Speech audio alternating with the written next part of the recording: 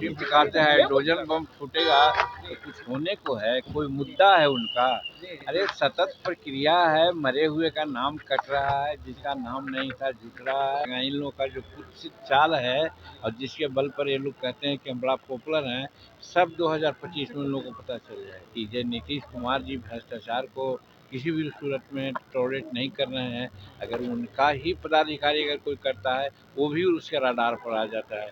तो नीतीश कुमार का बड़प्पन है ना। अब देख रहे हैं लाइव बिहार में हूं आपके साथ असलम अब्बास। वोटर अधिकार यात्रा के तहत राहुल गांधी पूरे बिहार में घूम रहे थे, साथ में तेजस्वी यादव।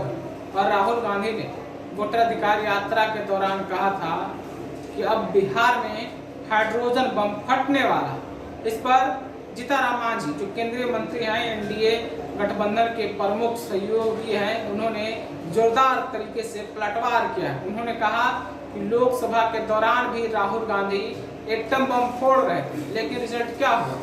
विपक्ष के पास, राहुल गांधी के पास कोई मुद्दा और रिजल्ट नहीं है। वो सिर्फ और सिर्फ बेवजह जनता को बरगला रहे हैं। पहले सुनिए जीतन राम मांझी क्या कुछ बोल रहे हैं। सर, राहुल गांधी ने कहा है वोटर यात्रा के दौरान कि भी खुलासा को लेकर हाइड्रोजन बम फोड़ेंगे। पहले आइटम बम फोड़ के क्या किए, वो तो चिट्ठी भी नहीं मरी। तो उसी प्रकार से हाइड्रोजन बम फूटेगा तो कुछ होने को है, कोई मुद्दा है उनका। अरे सतत प्रक्रिया है, मरे हुए का नाम कट रहा है, जिसका नाम नहीं था जुट रहा है। जो बाहरी एलिमेंट है, जो कॉन्स्टिट्यूशन के अनुसार यहाँ वोटर नहीं होना चाहिए, वो लोग वोटर बना करके यहाँ के राजनीति को प्रभावित कर रहा है।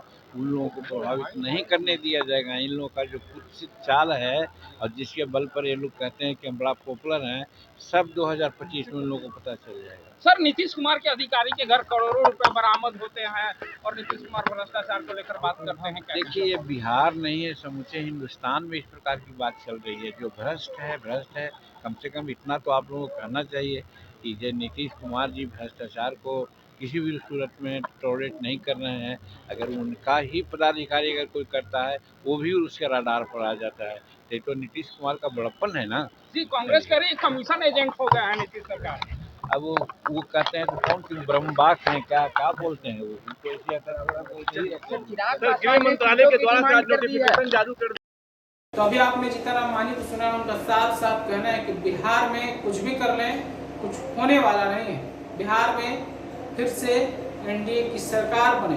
उन्होंने भ्रष्टाचार पर भी कहा कि बिहार में भ्रष्टाचार पर लगातार नीतीश कुमार एक्शन ले रहे हैं। जिस तरीके से अधिकारी के घर भारी भरकम रुपये बरामद हुए थे, उस पर मांझी ने साफ साफ कह दिया है कि पूरे देश में इस तरीके की समस्या है और लगातार कार्रवाई हो रही है। साथ ही सीट बंटवारे के सवाल पर उन्होंने चुप्पी साध ली है, जैसा कि आपने भी सुना।